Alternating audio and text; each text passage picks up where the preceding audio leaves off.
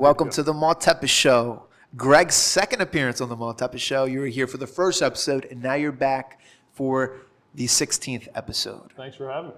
Thank you for coming, man. How's your day going? Good. Yeah, Good day? Yeah, very good. Yeah. So what is new for Greg Lingo since the last time you came on the podcast? Great question.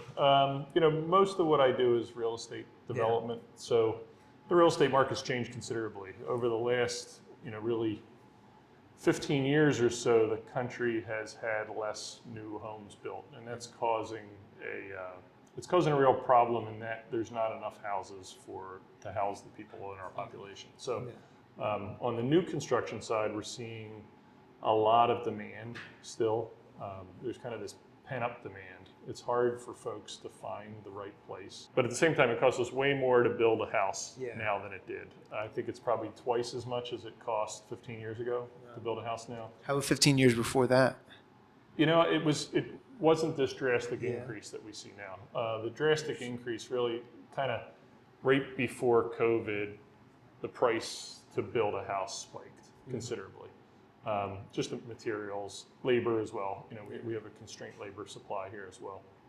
So we kind of have a bunch of things that are batting down the new construction housing business. We have interest rates have gone up. It's more expensive to build a house, but at the same time, that demand is really still there. So in desirable areas, we feel really confident still. The fundamentals for us, consumer confidence is more important than interest rates or prices of houses. If people feel that they're going to have a job in 6 months and that they're going to get a promotion, they're going to have a family, they're going to get married, if they feel that confidence, then they will feel confident enough to invest in a new home. Yeah, if they feel stable enough, right? It's about their mindset. Totally about the mindset. That consumer confidence for us is everything. And consumer confidence has been strong the last few years for people investing in residential purchases. So you talked about a lot of things in the real estate market in the last 15 years. When did Rockwell Development start that you're in charge of? Good question. So coming out of college, I worked for a public home builder for the first 13 years. And then in 2006 into 2007, I started my own business. That's right before the crash.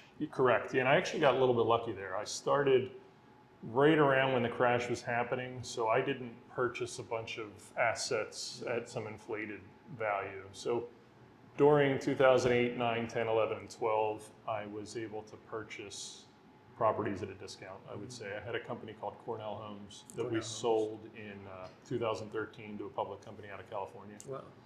And then the same day that we sold to them, we started Rockwell Custom. Rockwell Custom, we build houses in the Delaware beaches, Jersey beaches, up to Princeton, out to like Pottstown. So 11 counties around Philadelphia, but not in the city of Philadelphia. So which county have you found to be not just most successful for your business, but the hot spot in general? Good question. I wouldn't say there's one hot spot. It's in the Philadelphia market, we're kind of school district driven. So each of the different counties, depending on what school district you're in, is what's driving people. In the Philadelphia area is interesting. People don't like to move more than a couple zip codes away. They really don't like to jump across a county line necessarily, so they really want to stay where they are. Philadelphia, unlike New York and DC, there's not a lot of new jobs each year coming in and out. So people are kind of from here from a generational standpoint, so they want to live near where they live now. So we try to target areas that are hard to get land. In a lot of cases, we're tearing stuff down to rebuild new stuff, and we're looking specifically in areas that have desirable school districts. So you talked about there being jobs going in and out of New York, not as much in Philadelphia, right? However, one thing I want to know is Philadelphia is the poorest major city in America. With that being said, they say when there's crisis, there's opportunity, right? Do you think there's a lot of potential for Philadelphia going forward when it comes to real estate? Philadelphia is, I'm from here forever and the biggest fan possible. This city's awesome. This city we don't have the booms and busts the same as these other areas because we don't have that, because we don't have tremendous job change year in and year out. We don't have people moving from across the country to come here and then moving after they get another job somewhere else. So I think this is a much more stable market. It's about the 30th biggest new home market in the country, despite being the second largest population on the East Coast. So it's not a lot of new construction because it's already been built out for the most part. So a lot of what we're doing is targeting areas where we could redevelop. So we're focusing on office zone properties that we can turn into residential. Recently, we've turned a couple of steel plants that have gone out of business into residential communities. Really? And we're also looking at areas that might have some environmental contamination that we could clean up suitably for housing. So areas that it would just be a little bit harder for our competition to find. Throughout this process, what has been the hardest and toughest challenge for you over the years, in your opinion? Yeah, it's always hardest to get the right people. We are only as good as the people that are working with us. And that's not just necessarily employees of Rockwell Development Group, that's our subcontractors. That is all of our trade partners across the spectrum. So we have a great team. I feel like the best team in the industry, and that makes a big difference when we know what we say we're going to do, we can execute on. So when you started this company, before you started it, what were the plans? What were the goals? And do you feel like you've accomplished that? Or do you feel like you're just starting? Do you feel like there's a lot more you can do? What's the mindset that it takes for Greg Lingo to start in 2006-07 area to now? Yeah, what did it that's a good take? question. I think as you're climbing that ladder of success, I don't think you ever say I've climbed high enough. I think you're always kind of driven to keep going.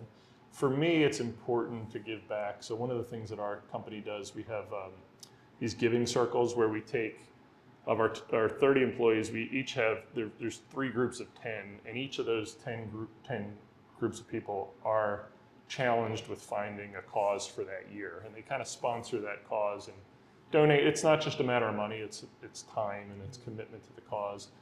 And just helping the underrepresented, underserved people, giving back, trying to make somebody else's day better. I think it doesn't matter how much money the company makes as much as how much good we can do for others with positive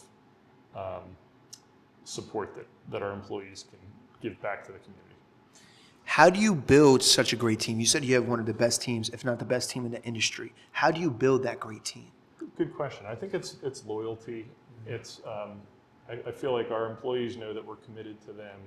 I feel like our employees are committed to us, that we all want what's best for each other. So it's really a team environment. You work for others, you live for others. Absolutely. And I think a lot of us played sports, whether it was growing up or through college, and I think that teamwork mentality has really kind of dribbled through the whole organization. And I never hear people say I can't. Yeah. There's things that are hard to do, but people don't say I can't. They're always looking for ways to. That's good.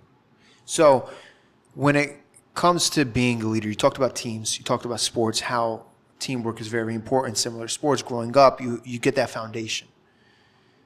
As a leader that you are with Rockwell, how do you manage the different personalities, different workers, different members of the team? Because everyone has a different personality. Do you cater to one person one way, another person a different way? Or do you have like a rock hard stance where everyone's treated the same? Yeah. Every person that we work with, both inside and outside our organization, requires a different level of support and direction. Some people are experts at what they do. They require no direction. Just a typical.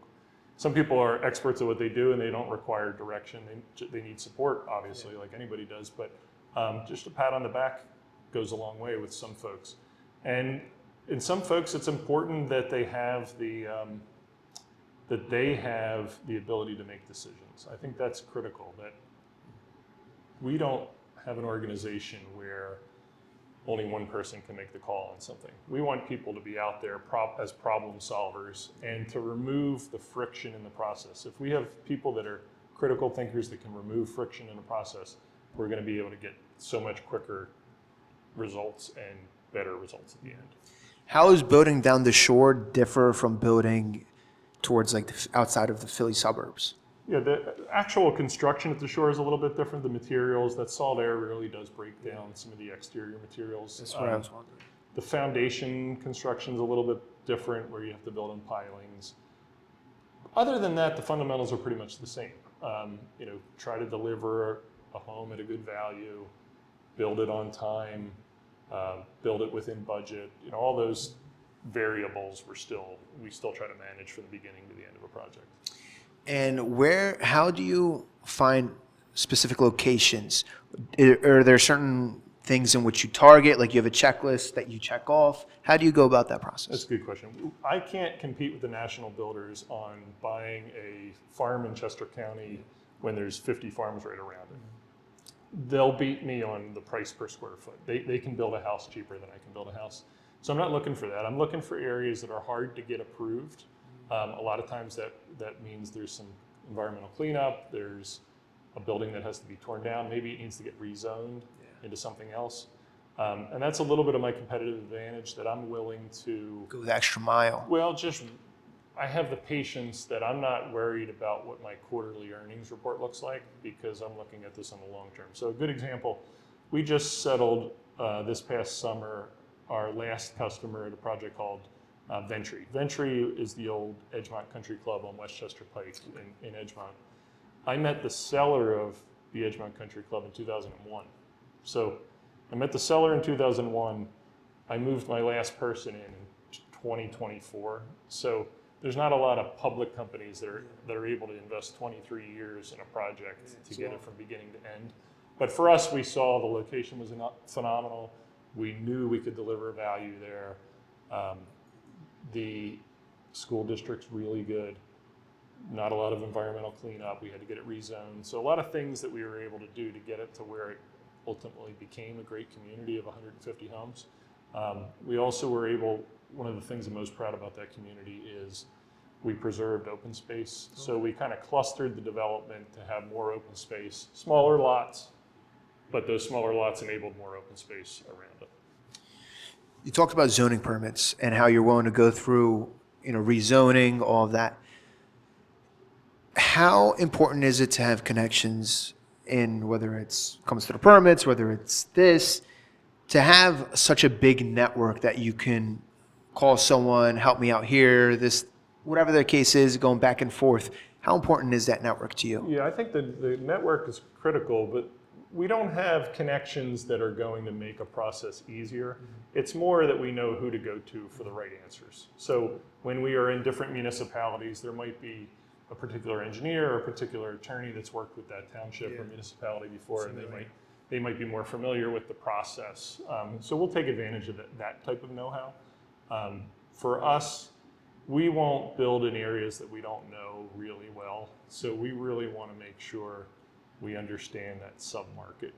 And that's one of the reasons we actually don't do anything in the city of Philadelphia. There's so many little neighborhoods without Philadelphia that I don't feel like, despite growing up here my whole life, I don't know it well enough to know what would be a good or bad neighborhood from a housing perspective. That's interesting. You talked about not building in Philadelphia, but you'd rather build outside. Can you give us a little more detailed explanation on that? Yeah, for me, I love the city of Philadelphia. I just don't know all the micro markets within Philadelphia like I do in the suburbs. Yeah. Okay, that's interesting. All right, when it came to Rockwell Development and you started this up, usually for people, when they start something new, there's something that pushes them, right? There's a breaking point in their life. There's a change in their life. You can call it a life-changing event, but there's something in which a person says, you know what? I'm going to take that chance. I'm going to risk it, and I'm going to go for it. What was that for you? Yep. Was there one for you? Yeah, for sure. For me, I got fired. I worked for a company right out of college for 13 years, and then there became a day where, I quit, you're fired, happened the same day. And at the time, I had 3 little kids. I didn't know what to do. I did have a non-compete that my former employer was enforcing. So I kind of had to start my own thing. I didn't come from a family that were business owners. I came from a family that you went and worked somewhere for a long time. And for me, that was new. I was really able to leverage relationships and friendships, and I surrounded myself with a good group of mentors to help me kind of build the business the right way. and that's been really beneficial. When it came to those mentors, what did they teach you? How did they guide you into building Rockwell? Good question. For me, it's kind of business structure, how to set the company up from a legal standpoint, from a banking standpoint, from an accounting standpoint, financial management. So a lot of those things I didn't really know how to do before because, again, I was just an employee somewhere else collecting a paycheck. And to be able to set up, when I started the company, after the first couple months, I'm like, oh, I guess we got to have health benefits. We've got to have a 401k. We've got to do things that other companies offer their employees. So we kind of had to learn all those steps along the way. I wouldn't have changed the way that we did it. It was cool to learn all the little pieces, but it was overwhelming if you're looking back at it now. And throughout that process, you said you had 3 kids and you had a non-compete, so you couldn't really, you're kind of forced to do this. Did you ever think about maybe entering a different industry, or was it always this? That's a good question. I did, for a brief period of time, I considered going back, getting a PhD, being a professor, coaching sports. And what I realized is I had just invested those first 13 years of my career in residential real estate development, so I wanted to kind of see that through. Yeah. And what right now are you guys working on? Great question. So we're focused on a few different areas. We have projects in Chester County, Delaware County, and then along the shore are our biggest projects. We're really excited. We have a project in Downingtown right now in Lionville area that we're purchasing from the Downingtown School District. Congrats, by the way. Yeah, that's going to be a great project. It's 240 acres. It has the potential to be either 2 million square feet of industrial flex, or it could be about 650 housing units. So we're just working through that with the township and the neighbors to see what makes the most sense. Great location right off the turnpike. We have several projects down at the shore right now that we're working on in Avalon Manor, also just outside of Stone Harbor, in Stone Harbor Manor, a townhome project. So we're really doubling down on kind of the resort. We're really doubling down now on resort construction of second homes. We have a really neat project that we just got rezoned in Delaware County in Radnor Township last week. It's the site of the old Dorrance Hamilton estate in Wayne, where we think we'll be able to build 29 new single-family homes right up the street from where I live. So pretty excited about that. That's awesome. Interest rates. We mentioned this. We touched upon it a little bit earlier. Let's get back into it. We talked about interest rates going up. How does that affect the real estate market when interest rates go up, and how has it affected the real estate market? And then do you also believe that they'll be coming down anytime in the near future? So I don't anticipate interest rate correction to a point where it's going to drive more demand. Right now, interest rates for us, 4 years ago, we were selling a mix of kind of move-up buyers that were leaving a smaller house to get into our house, and then we were also selling to customers that were, kids are out of college, they want to kind of downsize. We've found that our buyer profile has skewed much more to just the downsizers because of the interest rates, that they're in a house that they can sell, they have a lot of equity in it, they're not as subject to a big mortgage that they're going to take on the purchase, whereas we've seen many fewer customers coming out of the city of Philadelphia that are in a low interest rate house. Previously, we were saying, okay, our kids are getting school age, we want to jump into the suburbs for schools, but they're now sitting in a house that has a 2.5%, 3% interest rate. It's really a big leap for them to jump into the suburbs at a 7% interest rate. So we've really just seen the buyer profile skew to older as a result of the higher interest rates. Recently, a couple of minutes ago, you mentioned how you have a long-term approach with many things. So there's something called the Burr method. I'm sure you're familiar with, with it, right? So it's more long-term, right? And so I have friends that are doing things like that, right? I have friends that are just doing quick flips. How would you look at it? How do you look at both different methods? So our company, we do have a custom home renovation business that does one-off flips in good areas. There's a market for that. Yeah. But for us, we're kind of looking at where are the demographics heading. And with the baby boomer population aging, we're kind of doubling down on senior retirement housing right now. We have an exciting project in Wayne called Oak Hill at St. David's. And Oak Hill is going to be about 300 units of independent living, and then there will be some component of personal care and memory care, but a true retirement community for folks. We're seeing that there's this deluge of baby boomers that are going to be needing that type of housing over the next 15 years, and we want to be ready for them. Interesting. And what is next for Rockwell going forward? What is next for Greg Lingo going forward? Well, I'm excited to be starting up this Oak Hill at St. David's community, the retirement community. We're excited to seeing what happens with our Lionville project that we're purchasing from Downingtown School District in terms of, does it become industrial warehousing flex, or does it become a really upscale 55 plus community? We're also continuing to see, are there ways that we can make our environment at work better? Are there ways that we can get a deeper market penetration? Are there ways that we can sell and build more homes and lots to other builders? Over the last 10 years or so, we've sold probably 1,000 lots to other builders in the area. We're going to continue that business as well. We see a strong market right now for, again, because it's hard to find land, and it's hard to find land that is approved. Yeah. In some cases, we're selling lots for more than we would have made if we put a house on that lot. So we'll continue to do that too.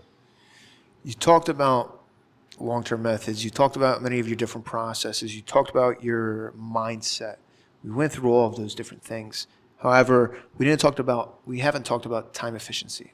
How do you manage your time dealing with so many different projects? You have this project, which is more long-term. You're dealing with shore. You're dealing with so many different areas, so many different places. You made a movie called The Last Call. You've done a lot of things in your life. How do you manage your time? Yeah, so that's a great question. Time management for me is surrounding yourself with really effective, competent, capable people. So I couldn't do anything if I didn't have a great wife that's very supportive, that really helps manage our family. We have a really good financial officer in our office. We have a great COO. The person that runs our mortgage company has been doing it for 25 years. Same with our title business. We have an attorney that's running that is doing an incredible job. So really being able to rely on folks that are super competent and give them the power to run with things so that we can kind of broaden our horizons. Let's take a step back a little bit. Talked about some big companies like BlackRock buying up a lot of real estate. Have you paid attention at all with everything they're doing at all? Yeah, so it's interesting. Previously, we were only competing with regional, local, and national home builders. Now you have these funds that are purchasing up homes for rent, basically. The Philadelphia market is not as sexy as some of the other markets for them, so we've been a little bit immune to that. But definitely build for rent is the thing that's here, that's probably here to stay. And we've done that a little bit too. In the town of Pottstown, we've built a lot of homes for rent, where we feel like we're improving the housing stock of that area. We've done the same thing in some other areas, Drexel Hill for one. And we'll continue to build rentals. Rentals are a significant percentage of the country rents, and we want to help try to fill that need as well. Are there any projects outside of Rockwell that you're working on? Yeah, completely outside of Rockwell, I always like the entertainment business a little bit, working with you and your father on this book that we're hoping to release this summer, Booked, which is just an absolutely incredible story. Have a couple movie scripts that I've been playing around with as well. So, as I get time, I like to fill my time in with kind of those creative ventures. Are there any businesses in which you want to venture out into, or that you've ventured out into that you're not fans of or not a fan of? Yeah, we've tried many different businesses. I think my first failure was I tried skateboarding video game app that just did not work. I had no idea this was Yeah, a I thing. didn't know anything about skateboarding or video games, so it was bound to fail. I didn't know anything about apps either, so that didn't work. But we've dabbled in things. I have found that if it's related to real estate, then I think I can try to make a play on it, and I'll continue to look for those opportunities. But yeah, we look at other things as well. Would you relate the real estate business to the entertainment business? I think that my background with an engineering degree is kind of problem solving and project management. So from the creation of a book, the creation of a story, the implementation of a story and turning it into a movie production, I kind of fell back on my strengths of project management, hiring the right people that know what they're doing, coaching whatever I could, and just kind of navigating a little bit, but really relying on people that know what they're doing. I don't see a true relationship between real estate development and movie making necessarily, other than that you have this big project that you're trying to take from one place to the next. An engineer is able to build and construct, whether it's a team, right? Company, and I've realized being surrounded by engineers, being surrounded by you, being surrounded by my best friend that I grew up with, third grade, he's an engineer. Another friend of mine, Lebanese friend, his name's Kareem, he's an engineer, right? So I'm surrounded by engineers, right? What I realized is you guys have the foundation to build anything. How important do you think is an engineer degree to your success? Good question.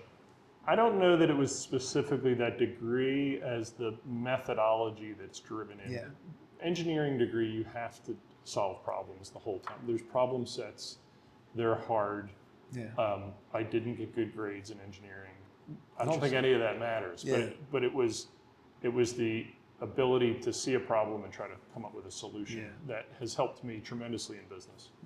So going to school, if someone were to go to school today, what would you advise them to do if they're straight out of high school or straight out of college? How would you advise them to move and maneuver? There's no path that's clear. For me, we work with a lot of kids at Upper Darby, from Upper Darby originally, and a lot of the kids that are graduating high school. And my big focus for them is you got to have a plan. Yeah. And the plan's not the same for everyone. You don't have to go to a certain college. You don't have to go to college, but you have to have a plan. And that plan should be, what do I want to do in the next couple of years? I think that's probably enough for an 18-year-old to figure out what could I see myself doing? Who's somebody that I've seen do something that I liked? Yeah. And then take those positive influences and then try to figure out, all right, how do I get to where that person is? So developing a plan is critical. You can't graduate high school and be flat-footed. When you're going through school, there's all these bells that go off. Your alarm clock goes off in the morning. There's a bell to start the day in homeroom. There's a bell to end the day. And those bells are kind of dictating your life. You have to have your own internal bell because at some point you're on your own. And you have to be able to be that self-starter. And you have to be able to have a plan in place in order to get somewhere. So, some of the most successful people I know did not go to college. Most of my good friends growing up did not go to college. So that doesn't have to be the path. Some did go to college. Some went in the military. So there's just different avenues. But working hard, there's no substitute for that. So you talk about there's no substitute for working hard. Do you feel like in today's age that's a lost trait, work ethic?